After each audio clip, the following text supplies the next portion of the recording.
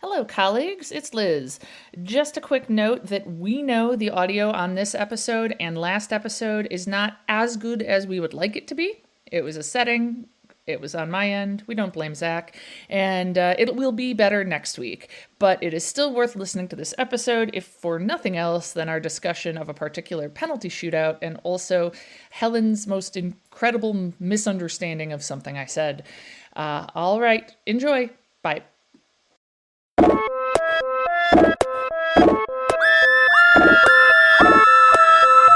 I'm Helen. And I'm Liz. And we're sisters, Scientists. and lifelong X-Files fans. And this is We Want to Believe. Welcome, colleagues. Welcome back, everyone. How's it going? Oh, you're not asking them, you're asking me. Yeah, I care about them, but they can't answer, as we've established. Yeah. It's going well. This episode was better than I remembered it being. I enjoyed it. I don't remember what it was, except that you said at some point this week that you were researching something to do with the magazine Playboy. And that is, I don't even remember what the episode is. Oh my God, you thought I said Playboy. I said Clayboy. Oh, because it's the golem. Yes. Okay. I thought you had a weird reaction when I said Clayboy. Yes, because I thought, I was like, what does that have to, all right. Oh my God, that's hilarious. Before we get into it's Kaddish is the name of the episode, but before we get Right. into that, we have to talk about Tooms versus the Gargoyle. Yeah, that's an interesting one. I don't know that I have a great conclusion. So I'm hoping you have something to share because I got very stuck on the fact that Tooms is not human. And so to me, I was like, well, the Gargoyle won over the can't think of their name. Peacock family. Peacock. Yeah. Because we decided that he could like possess one of them to trick the others, I think was what we were where we landed. And so then I was like, well, Tooms though doesn't have any family or friends, as far as I can tell. He seems kind of like a loner. Yeah. Yeah, and also like if he were to be possessed by the gargoyle, would that do anything to him? Is he human enough? What would the gargoyle even like do to harm him? And then was thinking like, but then if the gargoyle is just spirit, it's not like Tooms could then harm the gargoyle. I could not come up with anything good for this. Yeah, because like, okay, so the gargoyle we said is like a gargoyle spirit. He has to possess Right. someone like Mulder's old colleague or whatever. Right. So let's say he does. Well, okay, that's like a random human who is then going to be focused on killing people and building them inside of statues. And I don't know, like, could if we consider Tooms versus human who wants to put Tooms into a statue, I think Tooms wins. Yeah. Mm-hmm. Yeah. He'd I think so probably too. kill him and eat his liver or save Right. it for later or whatever. Yeah.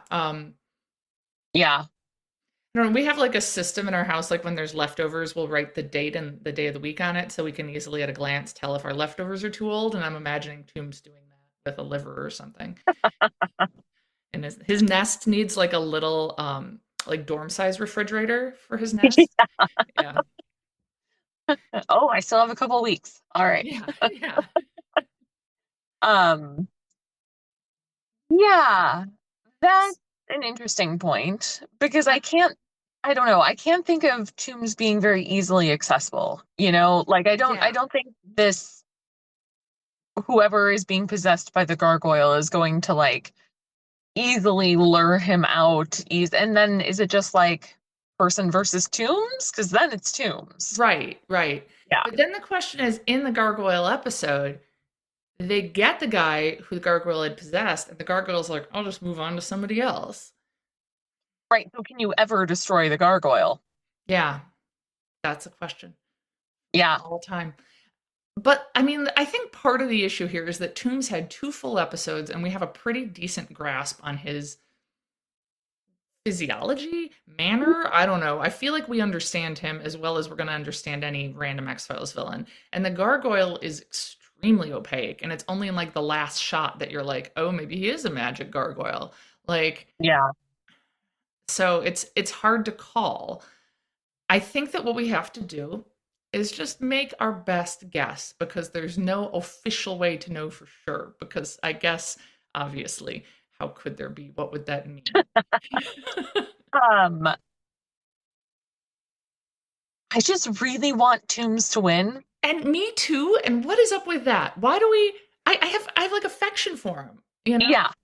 I think because he seems to be possessed by the need for liver and not by any sort of particular malice or, Yeah. like he seems almost like a fluke man in a way, and that, Yeah. like, well, what are you gonna do? You need to eat the livers. That sucks. Like, you could Yeah. find I them mean, in better like, places, though. But yeah. Like, there's certainly better answers. He's certainly yeah, not like somebody I'm like I'd love to like have him join roller derby and volunteer and like see him around. Like, no, I don't really want him as a part of my community.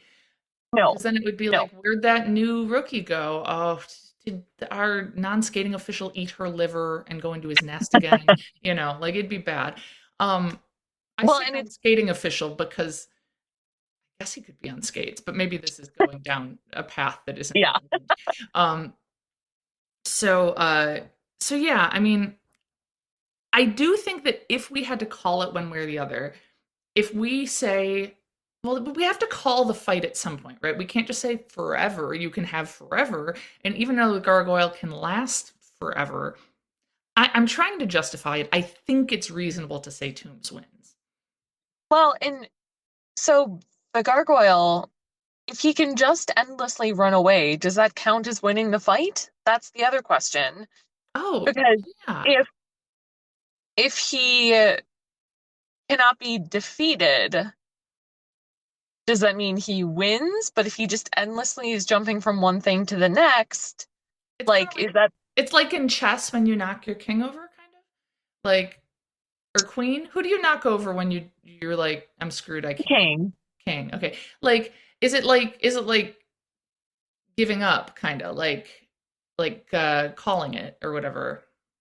Well, I mean, speaking of chess, to me, that seems more like a draw. Or like Mm. where like you just keep moving the same piece back and forward, and you're Yes. like, well, Yes. shoot, I can't ever do Yeah. anything with this. Yeah.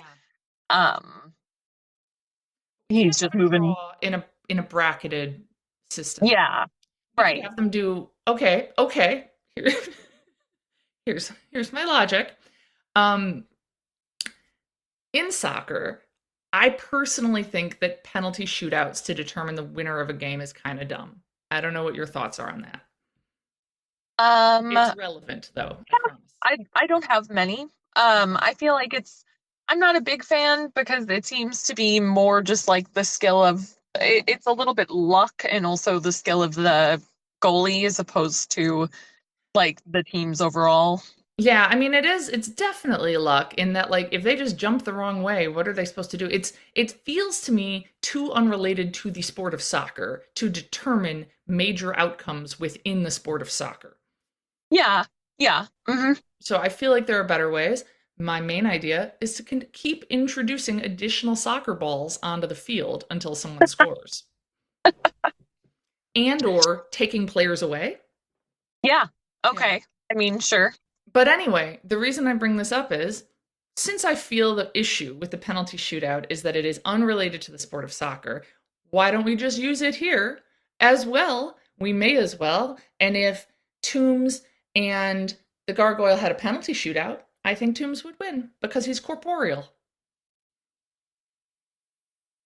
Oh, you mean like literally having them shoot penalties?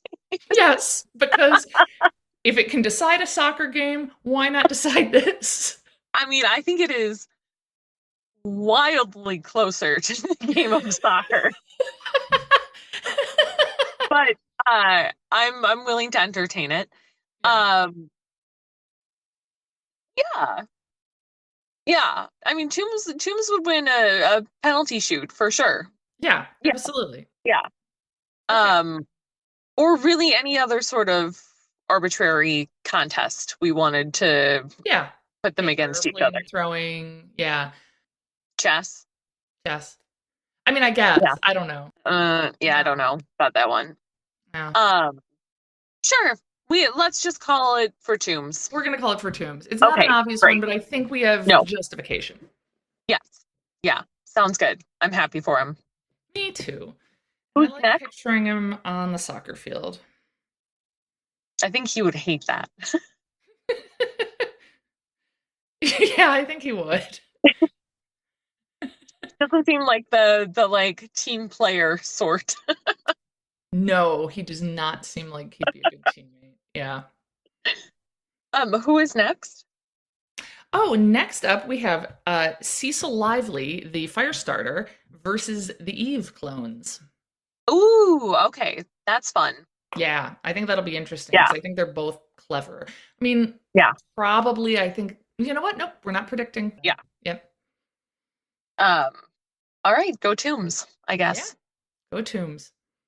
Yeah, and then Tooms, that means we'll go up against, let's see, he ends up here. Oh boy. He's going up against Phyllis Paddock in the Okay. next round. Yeah. Well, he made a good run of it. Yeah. Yeah. All right. So, and you got anything to share before we get into the episode? Nope. Cool. All right. Just glad we're talking about golems and not Hugh Hefner. Yeah, oh my God. Now I'm imagining a magazine that's like a golem sexy magazine called Clayboy.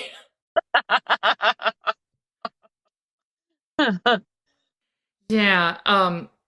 So so yeah, this episode it's a golem episode. It was written by Howard Gordon, who's written a bunch of X-Files episodes, and I guess Howard Gordon is Jewish and said like he wanted to do something involving like his faith and mysticism, and the show hadn't done anything like that yet. And so I knew a little bit more about golems than I do some other monsters. Maybe I don't know why. I've read about them. I think I told you I read that book, I Made It Out of Clay by Beth Kander, and I've just been the golem and the genie we talked about. Like I just feel sort of moderately knowledgeable about golems, and I felt like they did a pretty good job with a lot of stuff in this episode going along with the mythology, but then where they deviated from it, I was reading like Howard Gordon was saying like that was a deliberate choice to deviate from it so that he could tell the story he wanted to tell. So, Oh, cool. yeah, Okay. I mean, I felt like sometimes when they do episodes set in non-mainstream US society, it's very like, ooh, look at these mystical, strange people or something. And I didn't really get that vibe, at least not too much. I don't think I did. So, and as I said last week, I got to see some neo-Nazis get murdered. So Neat. That's great. your voice went a little high and it cut out because you were so delighted by that. I was just so delighted by the thought of bad things happening to neo-Nazis. Yeah. So it opens at a funeral. They're at a cemetery, and it's a group of Hasidic Jews in Williamsburg, Brooklyn. And then there's a woman at the gravesite who's, I don't know, youngish, like 30 something woman who's clearly mourning the guy who died. I mean, like very, very upset, and is, having flashing back to like thoughts about the guy dying. And he was working at a store and got killed by three men. Some like young guys killed him. And so then we see that night back at the graveyard in a storm, somebody is forming a man out of mud. And I watched half of this episode earlier in the week and half of it today. And so I'm looking at my notes, and some of them are insane because forming a man out of mud who takes a Brenews, Breanews. It's Breath? typed breath. Breath? Okay. Breath. I think what happened is I was trying to type the word news later in my notes and my cursor moved. Oh, yeah. Yeah. Yeah. Yeah. Yeah, because Okay. we He's see a its brat. chest rise and fall, and that's the Got beginning of it. the episode. Um, so Scully is actually the one who brings this case to the X-Files, and she says they've been contacted because um basically this guy named Tony Oliver, one of the three young guys who killed Isaac Loria is the name of the guy who we saw his funeral. One of the three murderers of Isaac is now murdered, and the fingerprints that they found are those of Isaac Loria, who is dead. Oh, So they've interesting. yeah, so they've called in Mulder and Scully to basically disprove that anything weird is going on. And so they're thinking, well, the killer somehow got a hold of his hand. I don't know. And Yeah. so they go to talk to his widow. Her name is Ariel, and she's the one that we saw at the grave, and she's living with her dad, Jakob. And Mulder and Scully are like, we want your permission to exhume his body, so that we can see what happened. And they're very upset, and Jakob is super angry. And they're like, oh, it's like so great that you guys are investigating the murder of this dude who killed him. Like we don't, thanks. Like what did the cops do for us when he was reporting like vandalism of his store and stuff? Um, Well, it also seems, I don't know, from an investigatory standpoint, granted, I am not an FBI agent, but it seems pretty like what is the option here? They want to exhume him to what? Prove he's not coming back from the dead? Like what's the like we know he's dead, right? Even if his fingerprints were found, I guess they want to see like if his hands are present or what? Because like I don't know, what is that their was my impression, although they didn't say it, okay. was that they were going to be like, let's check out his fingers. Yeah. Like what about like has But the to earth what been end? disturbed? Has the are I there any mean, signs? it's such a fresh grave. I think maybe it's hard to tell. I made that up. I Okay. don't know if that's true. Okay. All right. I'm listening. Yeah. So they're hostile at first, and then Scully's like, "Look, we could get a court order, but we wanted to get your blessing." And so Ariel is like, "Fine, just leave us alone." And Scully tells Mulder that she thinks that Jakob knows something about who killed this guy Tony. Um, Jakob also shows them this pamphlet that had been slipped under his door, which is like horrible anti-Semitic stuff. Which I was like, it was. So I'll tell you what it says on it is that Jews caused AIDS. Jews created AIDS, and I thought like this is so insane. And I had like a moment of naivety, like this is so insane that they're using it on the show so that it almost is so outlandish it doesn't like seem real. But then I was reading more about this episode, and they got examples of pamphlets from the Anti-Defamation League and basically used very slightly modified actual pamphlets. Yeah, people are the worst. Yeah. And dumb. Like this is like the part maybe because I am an educator of sorts that I just keep like getting stuck up against. Like I understand that like, you know, things like bigotry and bias, these things exist not just in people that are, less educated, what have you. But I just keep being like, I think I was getting really stuck with the flat earthers recently and just God. being like, how are you just so dumb? Like, how are you just like to think that Jewish people caused AIDS? Like, how are you that dumb? That's like it all about like, and I get it's based in hatred. It's not, but like also like, do you have no basic reasoning skills? I mean, Yeah. and I think the answer is no, they do not. Um, I mean, I feel like I have a very like a less incendiary example of this where like it not about such a like major important thing like anti-Semitism where like in this is going to really way less important. I want to yeah, stress that before I start my next sentence. There are four home teams in our roller derby league in Madison, And historically, there have been some more intense rivalries between them and not getting along and the ugliness and disagreements. And now it's better now. I'm one of the captains. It's all going well. Anyway, years ago, when I was, I think, a second year or a rookie or something, there was another girl who told this story about somebody else on another team who, like, I guess I guess the story went that someone had a girl on one of the teams, her fiance had died in a car wreck, or somebody she Oh, loved had died wow. in a car wreck, and I'm pretty sure that bit was true. And then the story was, oh well, these two girls on this other team like brought like a wrecked car bumper to like show her to upset her and brought it right to the rink. And I was just like, that does not pass like the smell test. Like, no, I don't think that happened because this girl Right. didn't witness it. It was like, no, I heard this. It's true. And Oh my they're God. that Yeah. bad. And like, I was like, I don't think that's right. And I talked to someone else who had been around longer and was like, no, no, no, no. No, it was completely unrelated. This girl, they didn't even know she had someone who had died. She got upset because they had been in a bad car accident and they were like, look at the bumper, look at what this car accident, like what Oh happened my to us. gosh. Like just kind of like, whoa, can you believe this? Showing people having no Yeah. idea that this other skater had this loss. And it Yeah. just struck me as like, let's just use like a little bit of common sense and reasoning and think like, is this likely true? And obviously that's Right. a way not important example, but it just No, reminded me of like, okay, it's we don't like this group of people. That still right. doesn't mean we're gonna like why do like that's a Yeah. neutral thing to not like a rival derby team, you know? Yeah. And Yeah. it's still dumb. Yeah. I take turns. We carpool with two other families who have very early morning band, along with William.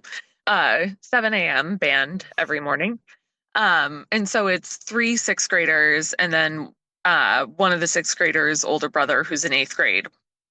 And one of them was talking about a book they read and how, oh, so and so, you said it was scary. I didn't think that was scary at all. And we started talking about books a little bit, and William was then like, Mom, should I read that scary book? Because we've talked about it, I think, on here, the book Oh, We Used yeah. to Live Here.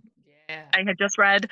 And William has been like obsessed with like, can I read it? And I keep being like, you can read it, but you Yeah, I can't feel like like start put your money sleeping where in your our mouth is, bed or kid. Read that book. yeah, yeah. And William said something like, I don't really like to read. And he will read. I don't think that's entirely true. I think it's more that his ADHD doesn't allow him to like fully get into things as much. But the eighth grader goes, that's not really something I'd be bragging about, William. And I just like really appreciated that. Okay, that's awesome. Yeah, yeah. I was And like, coming thank you. and Yes, especially coming from an older eighth grader and not like his mom. right, exactly. Yeah, I was like, yep, you tell him. That's awesome. Yeah. Um, but no, people seem to have less and less basic reasoning skills, and it's really alarming. And I mean, And like, is it less and less, or are we just more aware of it? Like, I tried to never be one of those professors who's like, kids used to be like this, and now they're bad, and they're like this. And I'm like, kids are always kind of shitty. They just have new ways of being shitty.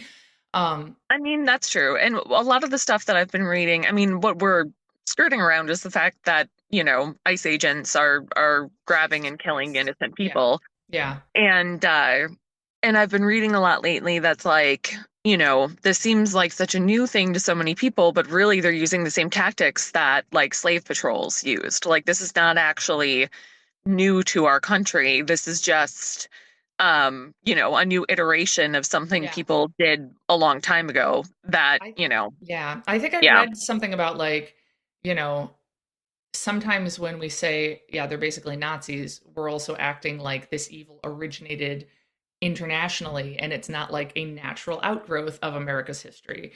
And right. Well, and a lot of the stuff that the Nazi Party did was partially inspired by the oh, American transatlantic slave trade. So like Jesus. it's, Yeah.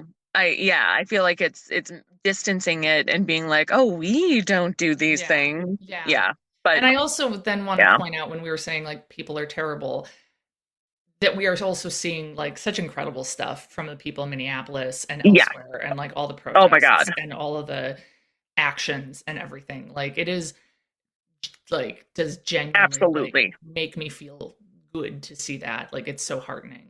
So Yes. and scary Absolutely. and everything. So at least like, Yeah. there are really good people too. So that's Yes. good. Yeah. And for everyone listening, support them in whatever ways you're able. Yeah. So, Yeah, I was just part of that publishing for Minnesota auction. So that was yeah, fun. that's awesome. Did you get bids? I got bids. Yeah, I That's got one person awesome. to bid on doing a book party, which new listeners, remember, I wrote a book. Go buy it. Mighty Millie Novak. It's a YA about roller derby. But yeah, one for like I haven't heard from them yet. And then another where I'm gonna like analyze her query letter and help her get ready to submit to agents. So Wow, that's awesome. and I've already got Cool. her email. I got to reach out to her this afternoon. So Oh, good for yeah, you. That's awesome. yeah, they raised $216,000 in 2 days. Wow. Yeah, Holy cow. yeah. Oh my gosh. I know we've talked about Allie Hazelwood, the author, on Oh, this she gave before. I away a know. bunch of stuff. Yeah, Yeah. Yeah. Yeah. That's so cool. That's awesome that you were able to do yeah, that. Yeah. So no, there are lots of good people. But the shitty ones are in power at the yeah, moment. yeah, yeah. So Absolutely. Yeah. yeah. So in the X-Files, they have this ridiculous pamphlet Yes. that is unfortunately also based in reality. Yeah. I mean, that's the thing. It's like anytime you think, oh, nobody could be that evil and that dumb. No, they could. It's like the more depressing version of that, what's it called? Rule 34 or something where like if you can imagine a ridiculous porn video or fetish, it exists. It makes me think of In the Good Place when there's that one accountant uh, who's in Yes. charge of dealing with the new sex stuff that comes up and Yes. is Yeah. really depressed. Yeah. Yeah. Um, so while we see Scully and Mulder leaving and talking, we see that kind of behind some scaffolding on the street is a man. We just see his like hand, and his hand has mud on it. Mm. And they talk to then this guy who works at this shop across the street. Who they figure out he's the one producing these pamphlets in his print shop upstairs. And I always like I don't know. This is me not having a good divide between things and emotions. I don't know. But I always feel like, how could that actor do that and play that bad guy? He shouldn't. He should be like, no, he's too bad. In the same way that when you were a freshman in high school, I wanted to be like, don't take the writer of Don Quixote away in the Spanish Inquisition. Helen, stop it. Like, How could I be a member of the Spanish Inquisition? exactly. Yeah. Oh, Billy. Yeah. So, Yeah. um, anyhow, that guy is racist and shitty and is printing all this propaganda and he's like he's old, he's not old but he's older than the guys who killed Isaac and so Scully basically blames him for Tony Oliver's death. Tony is like one of the three and he's like well and Scully's like well your actions are the ones that started this stuff so like you're on the hook for this kid's death, like one of certainly somebody who you have associated with. Yeah. And so Scully's theory is that Isaac was never dead and he's back and so that's why she wants to exhume his body. um Oh. but then we see the two remaining guys who aren't dead go to the grave late at night and dig it up, I think to see is he still in there or is he back from the dead and going to kill us. Ah. And they find that they like can't get the coffin open. Oh, I have a casket story that's Ooh. funny. I'm trying to decide if I should tell it on air or not. I shouldn't. I'll just say I have a funny casket story That you can't tell? on air. I'll just let then our listeners know there's a funny casket story out there, and if you know okay, me in real life, you can ask me to tell it, and Helen, I'll tell you great, later. perfect. So anyway, the coffin's nailed shut. So one of the guys, Clint, goes back to the car to get some tools, and the big giant man kills him. So Okay, that's cool. great. And then at like kind of the same moment, Derek, the other guy, is able to open the casket and finds, yep, Isaac's body is in there. Okay. Ah, Yeah. okay. And so then Mulder and Scully go to the scene later on because one of the two guys is dead there and the other one is hiding. And they pull out this book from inside the casket, and it's got Hebrew writing on it, and it bursts into flames. Oh, And when I was reading about this episode, apparently I looked it up then. There's some outtakes on YouTube. The book didn't want to light, and they were just it's like not really? igniting and not igniting, and then it ignites like way too big, and David Duchovny has to like throw it and like whoa, and yeah, Really? Oh, yeah, that's so fun. yeah. Um, so the book lights on fire, and then we see like the one remaining guy is talking to the dude who owns the print shop, and is like, you know, you should pay me for doing this. And the awful printer guy is like, well, I didn't tell you to kill him. And Derek calls him a coward. And the point, like, I think maybe I'm not always up on things either. I don't know. I was reading about this episode in Howard Gordon and stuff. And the idea is like, make it clear that this dude is just as on the hook for this as the actual killers. That spreading this hate and these ideas makes you just as guilty, man. And I Yep, liked that. great. I like Yeah. that too. Yeah. Yeah.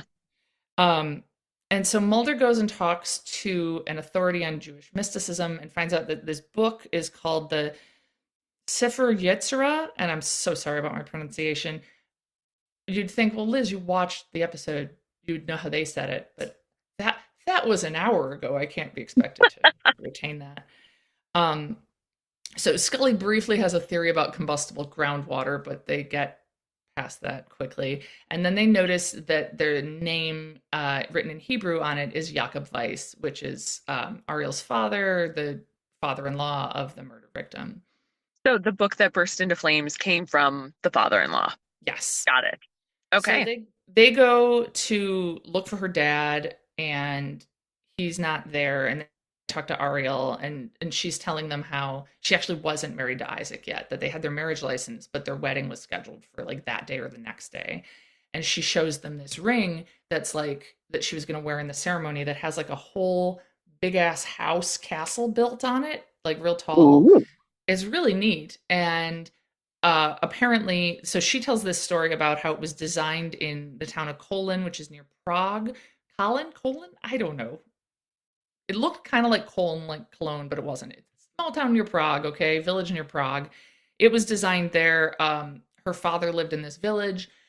Most of the people in the village died in the Holocaust, but he survived. He kept this ring with him. And then when she said she was going to get married to Isaac, he was like so happy and gave her the ring and was like, you can wear it in the ceremony, like, because everyone in the village would like wear it just for like their wedding day or whatever. Wow. Yeah. And I guess part of what inspired Howard Gordon to write this episode was seeing a ring like that had belonged to this rabbi who was giving his friend's wedding at a synagogue that had been from a village where he was a Holocaust survivor, and it was this old, old piece of jewelry with this history. Wow. So That's great. That's incredible. and it's supposed to like look like a castle, and the idea is like, that you will be like a king and a queen in your household and be happy. And it's a really neat looking ring and real tall. So Mulder and Scully go to the synagogue to try to find Jakob. They spot him. Oh boy, darkness, X-Files darkness. I mean, Oh, oh my God. I'm like, well, they're going somewhere yeah. indoors.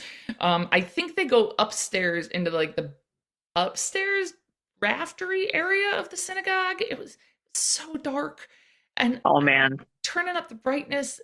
Is it laptops? Is that the issue that we're watching on laptops? I don't know. Well, I mean, I have watched the X-Files on my TV, on my phone, on my laptop. I don't think I don't think I've ever been like, now I can see. So Yeah. I don't know. Yeah. Yeah.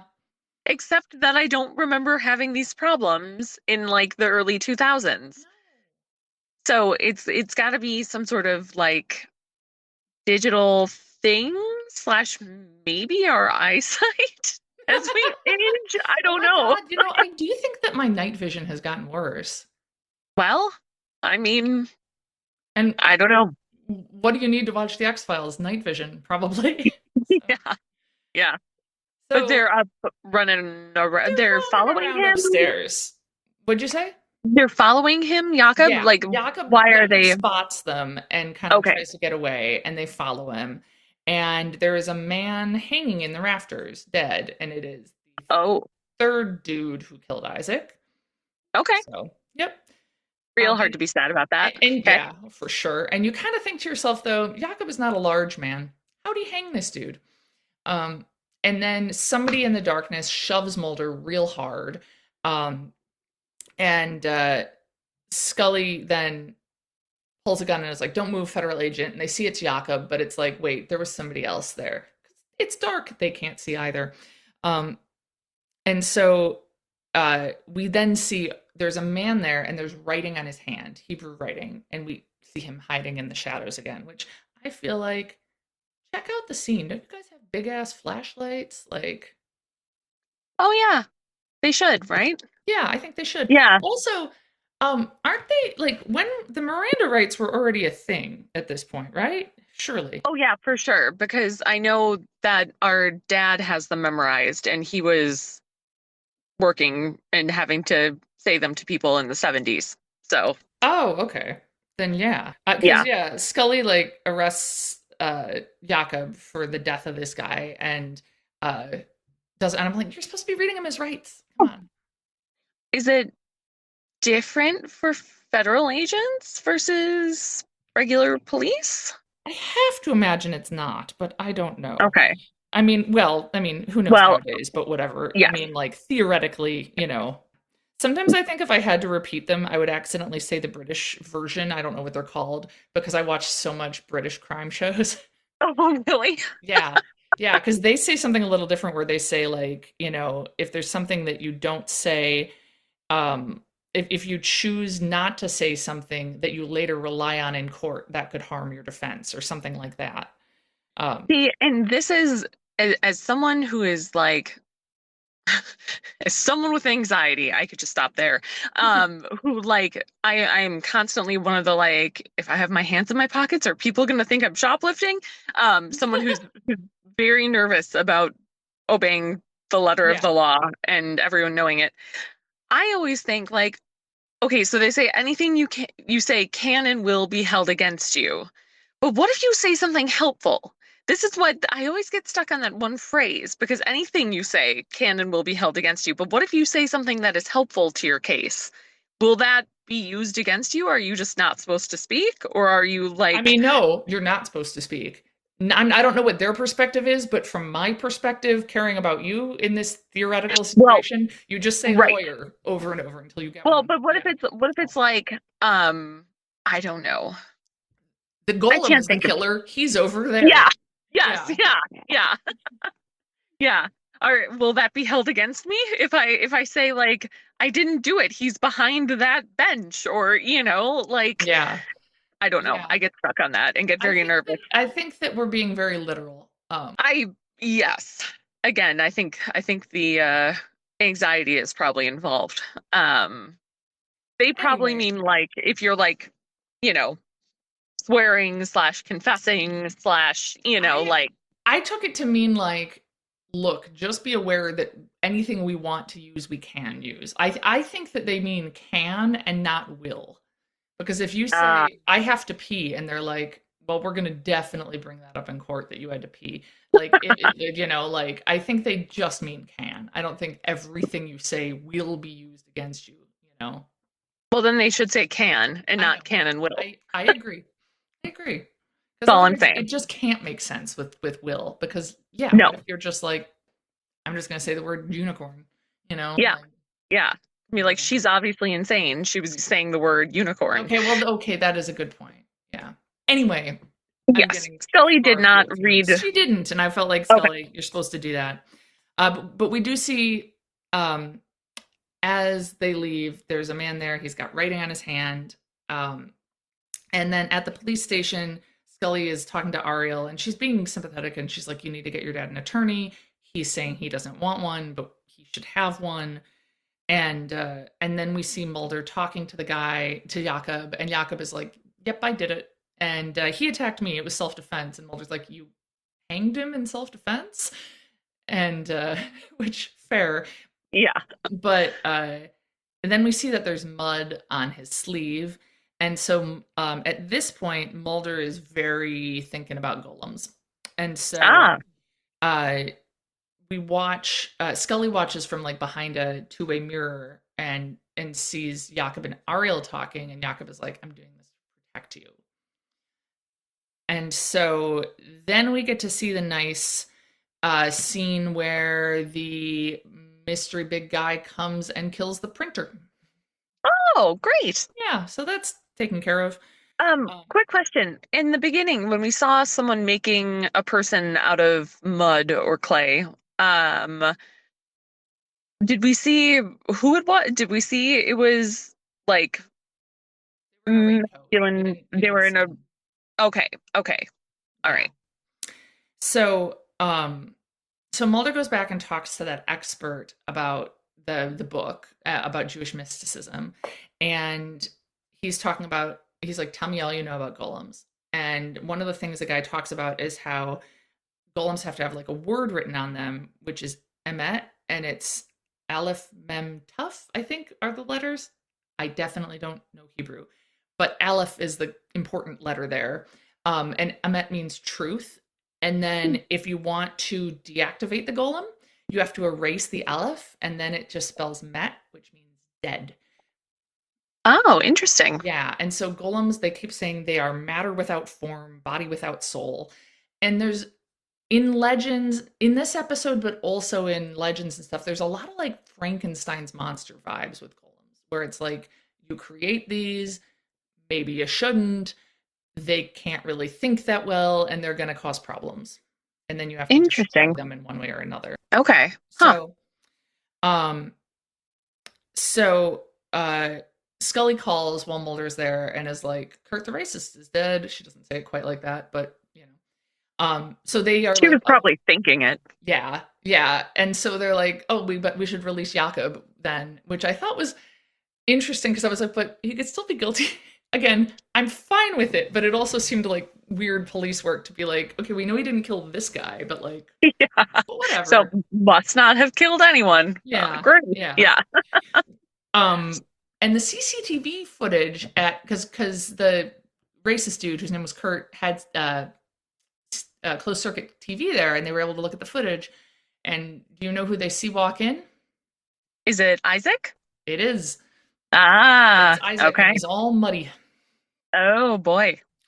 And so they go to talk to Ariel, Mulder and Scully do. She is gone and the ring is gone, and they're like, this was her wedding night. And so they go to the synagogue, but before they can get there, we see that Jakob is there, and he's calling out for Ariel, and he's like, "I know you're in here." And she finally finds him, and she's like, "You know, dude, you gotta go. Like, you shouldn't be here. You shouldn't be part of this. Leave me alone." And he knows what she's done, and he's like, "What you brought back, I know you miss Isaac, but like, what you brought back is not Isaac. It is an abomination. You shouldn't be doing this." And she's like, basically explains like, "I just wanted to say goodbye to him. I didn't intend any of this to happen." And it's quite sad. And she's in a wedding dress, and so yeah, then there's noise, and it's a little scary, and you can tell like she's a little afraid of the golem as well. And so Jakob's like, "I'm gonna go look for him." And then when Mulder and Scully pull up, they walk in, and Jakob has been hanged, but he's not dead. He's not dead. It's okay. Okay. He's not dead. He's like hung but struggling, and they quickly put him down, and he's gonna be okay. And so Scully stays with him and is like, "I'm gonna get the paramedics. You're gonna be okay." Mulder goes looking for Ariel. And Ariel's like, "I don't know where Isaac is. I don't know what's going on." And then Mulder is attacked by the golem and shoots him, but nothing happens. And the golem knocks Mulder to the side. And it is just, we can see him fully now. And it is Isaac, but muddy. And Okay. yeah. And so like she says vows to him, he puts the ring on her, she kisses his hand, and then she erases the Aleph letter, and Oh, then he like okay. collapses into dirt, and she like gets to say goodbye to him, and it's sad. Um Yeah. yeah, but I felt like it was Side. sad, but it had a resolution that made sense. And it wasn't like one of those where it ends on like an incredible downer where you're like, and now this kid is going to have to go to a terrible foster home and has no parents and get stigmata or whatever, you know? Right. Yeah. Yeah. Although we haven't gotten to that one yet. But yeah. Yes, we have. Um, the stigmata one? Yeah. No, we have not. I'll bet you something. What do you want to bet? Well, hold on. Are there multiple stigmata episodes? This could be the I'm thinking of um the one in season 5 where it involves the seraphim as well. Oh, maybe there are two. Okay. No. Okay. This is the one where there's Okay. like the like young boy and there's like um a Oh, dude who's going around killing people who get stigmata or people who pretend to get stigmata and the kid is yeah. bleeding. I know for sure we did it because I just re-listened to our episode about it like a month ago. Yeah, no, I'm thinking of there are two then because there's the one about the like kind of preteen teenage girl in season 5. I don't remember Um that one. oh, see, and that's the one that I would always be too scared to watch because Oh, I was worried I would get stigmata. I don't think that's how you get it. I don't think so. I don't think so either. But so in All Souls, I think is the name of it. Oh, All Souls, that's familiar. Yeah. Yeah. Oh my God, yeah, I forgot about that episode. Yeah, it's real creepy. Ooh, yeah. Ooh, just the images from it. Yikes. Yeah, I Yeah, support you not watching it. It's too scary for you. You're too young. Um, I am just a baby. It's yeah. true. So, I will say like their golem stuff in this episode, the stuff with like the writing, typically it's on the forehead, not the hand, but whatever. The like you erase the letter, that's all legit. That's part of the legends. Cool. The biggest amount of golem legends do come from the Czech Republic and the area near Prague. Prague had a famous golem in the Wait, late really? 1500s. There's all these sources from the 1800s that talk about, oh yes, in the 16 or 1500s, there was this rabbi, he made a golem. It didn't go too well in a number of ways, but he went up into this attic to stop the golem, and no one will go up into this attic, and we don't know what's up there or something. Huh, Yeah, really? yeah, yeah. Lots of golem stories in Prague. Oh, Um, that's interesting. And yeah. have you I swore that was Prague. Let me think for a second now. I had just read a book that mentioned a golem. And it's like historical fiction slash fantasy. So it's like I don't want to give anything away. It's the All Soul. Oh, that's really What? weird. Um, the I think that's the name, the All Souls books from Oh, Deborah Harkness. The first one oh, I know is that name. Discovery of Witches. Oh, I know that name. Yeah. And in the second book, there's again, I'm trying not to give anything away. Yeah. There's historical parts of it as well. Hmm. And I'm pretty sure because I've been the last golem I read about, for lack of a better way of saying that, was in this book, and I'm pretty sure it took place in Prague in the late 1500s. Okay, that's probably that golem. That's really interesting because she used like there was like clearly a lot of historical research done in these books. There's like lots of little like nods to different famous people and stuff. Yeah. And so, huh, cool. Okay, that's Well, probably that golem. speaking of famous people, you know how like Madame Tussauds wax museum has famous Yeah. people in it? The one in Prague has a golem. Really? Yep. Oh my gosh, that's Yeah. awesome. Yeah. Um, and now it's time to talk about Clayboy. Oh, our Gollum's favorite magazine. Yeah, yeah, He's under his nest. Yeah. yeah.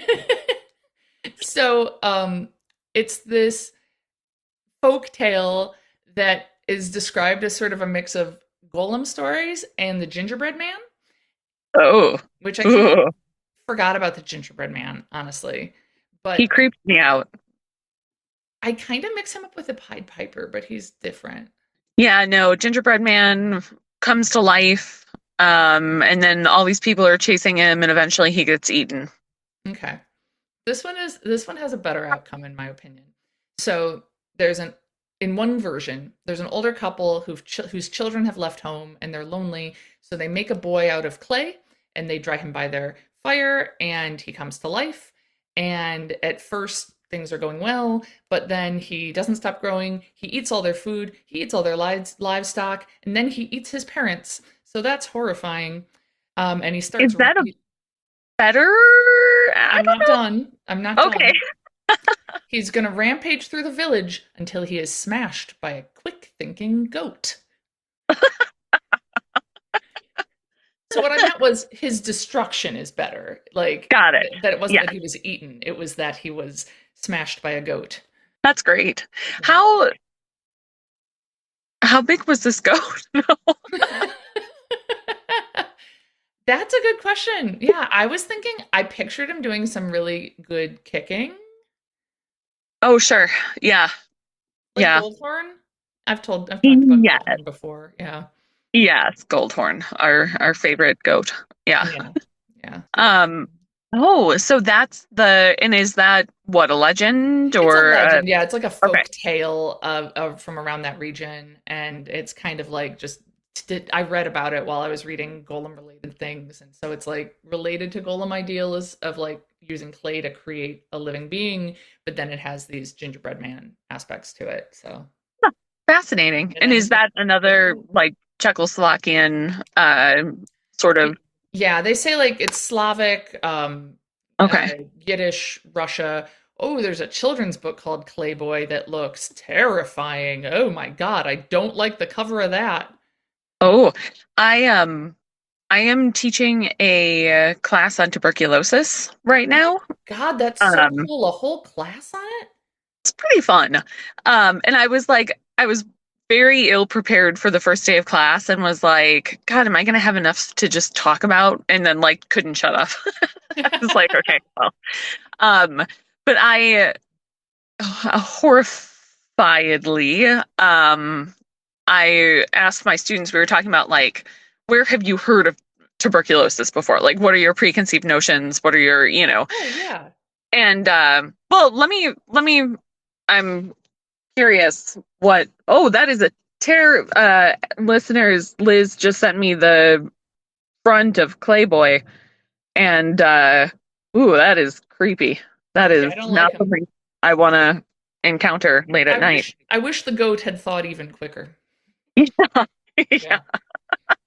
Um, so I have something related, but I want to know what you think of when you think of tuberculosis. You. It's Oh, too okay. late. I know too Okay. much about it from you, you know? Before that, I think I would have just thought of like pale ladies in the 1800s delicately coughing blood into a handkerchief to signal to the audience that they're going to die. Yes, same. And so I mentioned Moulin Rouge. Yes. Um, and everyone just looked at me. Oh And I was like, no. do you guys not know Moulin Rouge? And then like two people were like vigorously nodding, but like the rest of the class of like 24 students, 26 plus the two who knew about it, were just looking at me like, no. And I was like, okay, well, what about like Les Mis, right? Les Miserables? And I just got blank stares. I'm sorry, but like it's not like Les Mis came out in the 1990s when we were young. Right. Yeah, Like I know. And now I've been joking about how this needs to turn into a musical education class. But yeah. like, how can it not if you don't know Moulin Rouge I or Les think that Mis? the class overall should have to write a musical about tuberculosis. Well, okay, so this is where this is kind of going, is that I looked up clips the other day. I was like, well, maybe I can show them like the highlights of Moulin Rouge and Les Mis to like give them a taste of what I'm talking about. And so I can't remember what I looked up on YouTube. But apparently there was this like movie in the 1950s, this like cartoon all about tuberculosis, as like an effort to like raise awareness about chest x-rays and stuff. Oh. It's called Rodney. This really, in my opinion, upsetting looking 1950s cartoon about tuberculosis, Ooh. about this boy Rodney. And I don't know, something about Clayboy just made me think of Rodney. Ooh. And it really, I don't know, I can't imagine being a child. I don't know. And here I Sometimes am. things that are meant for children end up somehow more disturbing rather than Yes, less. Yeah. yes. Yeah, Zach used to watch that like when he was shown it in daycare, this like live action Alice in Wonderland. And it was, have we talked about this on here before? No, you're not talking about that Tim Burton one, right? No, Zach's No, not no, this is young enough for that to make no, sense. Yeah. no. This was in like the 80s. Um, and we like caught part of it on TV once, like a decade ago, and I was like, oh my God, your daycare provider used to show you this? It's like God. so terrifying. Um, so yeah, I don't know. Playboy, Rodney, Yeah. Alice in Wonderland. There's a lot of stuff out there meant for children that I wouldn't Yeah. necessarily let mine watch. I was just listening to the How Did This Get Made podcast about the movie Return to Oz from the 80s. Oh, that is another one Zach used to watch at daycare. Oh my God. Because, yeah, Dorothy is like in a psychiatric ward and is gonna get electroshock therapy. Yeah, it And is messed up. He can correct me if I'm getting any of these wrong as he's editing, but I'm pretty sure yeah, both of those he used to like he has like fond memories of. it sounds so scary. I didn't Yeah. even like listening to them talk about it. Yeah, it was like they check in with each other and they're like, "How are you?" And they're like, "Well, traumatized." Like, so Oh just God. watch that. Yeah. Oh, Man, geez. Jesus Christ, Yeah. what's up with this daycare provider? Yeah, I don't know. I don't know. And he turned out relatively normal. So I don't know. On the other hand, um, so it was the 25th anniversary of Lord of the Rings coming out in theaters. Oh my God, no. No. Yes? Yes. Yes. Oh my Yeah. God. And so Oh they my were showing God. it. No, that's insane. I'm sorry. Okay. I know. Oh, It's upsetting to yeah. us all. Yeah. Yeah. The first one, Yeah. if that Still. helps. Yeah. Yeah. And so they were showing them in theaters. And so a few Sundays ago, our dad noticed that and was like, "Oh, should I take the boys?" The third one was going to be in our town in theaters, and he was like, "Oh, should I take the boys?" And I was like, "Take the boys! I want to come too." Yeah. Um, and it ended up being so long because they had deleted scenes in there, and then also this like long rambling spiel first by Peter Jackson that went on way too long. Boy. Um, but still, it was fun. But the like the first scene I had completely forgot in the third movie is Gollum getting the ring for the first time when he's Oh yeah. Smeagol. So him and Yeah. his cousin are out fishing, and his cousin finds the ring, and he strangles his cousin to death to get the ring. Yes. And and I don't know, we're like sitting staggered so that it's like one of my children, then our dad, and then other child and me. And he like looks at me over the one of the kids' heads and is like, and they've seen this? And I was like, yes. As he's like, the first scene is him strangling someone to death. I was like, yeah, they have for like years. So I don't know that I have any room to judge, is Oh, I my think point. it's somehow very different. I don't know. I don't know. There's something about like especially like 80s productions for children sometimes that are just creepy. Yeah, well, look up Rodney, the Okay. 1950s. I don't think I will. No, don't. I mean, Yeah. don't bother. It's Yeah. creepy. You Yeah. can No. imagine. I've already seen Clayboy, Yeah. so. All right. Well, next week we're going to talk about Mrs. Paddock versus, or no, not yet. next week. Yeah, not yet. The Eves Cecil versus Lively Cecil versus. Lively, yeah. And we're Great. also talking about the episode Unrequited. Oh, I have no idea what it is. yeah, me neither. I'll find out. I'll Yeah. let you know. Let me know. All right. All Bye. right. See you next Bye. time. We Want to Believe is hosted by Helen Werner and Liz Holden. It's produced by Zach Werner. The We Want to Believe theme music was created and recorded by Zach Werner. Find us at wewanttoBelievePod.com, on Instagram at wewanttoBelievePod, or send us an email at wewanttoBelievePod@gmail.com.